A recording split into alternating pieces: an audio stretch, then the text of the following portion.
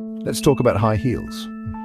Most people picture glamorous women, but the first to wear them were actually men, soldiers and princes. High heels, now a symbol of femininity, began as practical gear for men. This flips our ideas about fashion.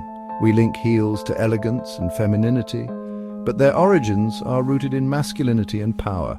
The story starts not in Paris or Milan, but in 10th century Persia, modern-day Iran. Their heels weren't about style. They were essential military equipment for horsemen. This history shows how fashion is about more than looks. It's about status, gender, and power. The high heels journey from masculine practicality to feminine decoration is a story of reinvention. So how did this transformation happen? Let's travel back in time and find out. Forget red carpets and ballrooms, our story begins on the battlefield.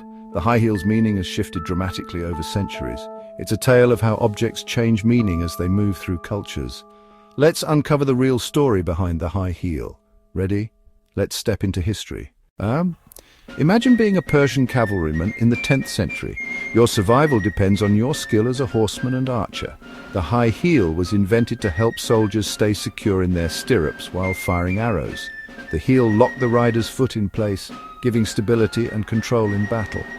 This small innovation gave Persian warriors a real advantage. Heeled boots became a symbol of the warrior class. Strength, masculinity, and status.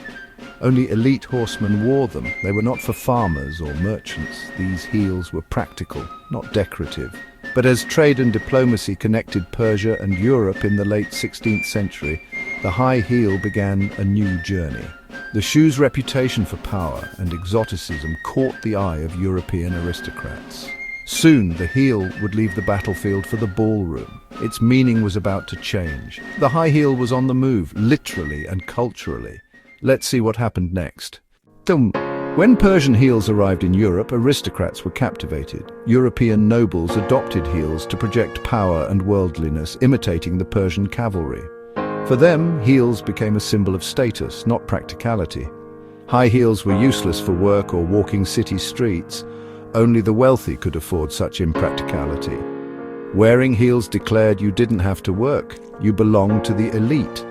Heels also made wearers taller, a visual cue of dominance in a status-obsessed society. The higher the heel, the greater the display of privilege.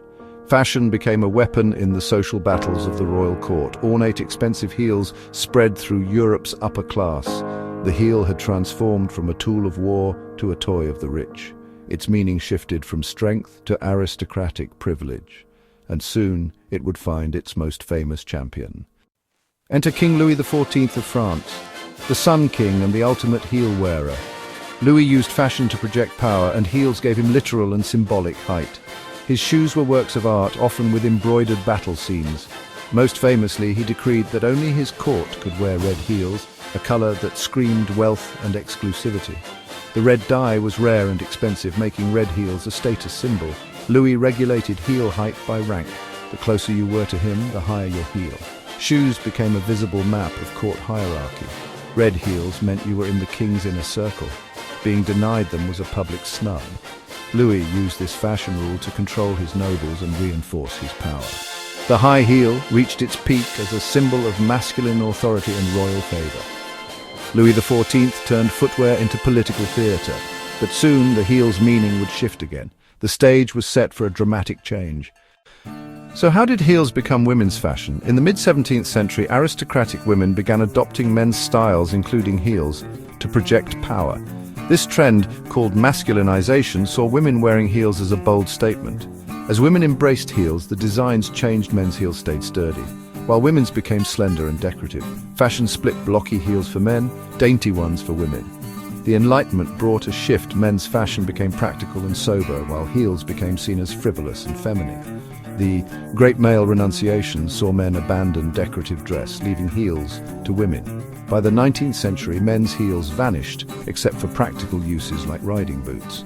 The high heel was now a symbol of female beauty and sensuality. Its meaning had been completely rewritten. The journey of the high heel shows how fashion reflects power, gender, and social change. What we wear is never just about style, it's about identity and history. The high heel story is a reminder: fashion is always evolving, And sometimes the most surprising stories are right under our feet.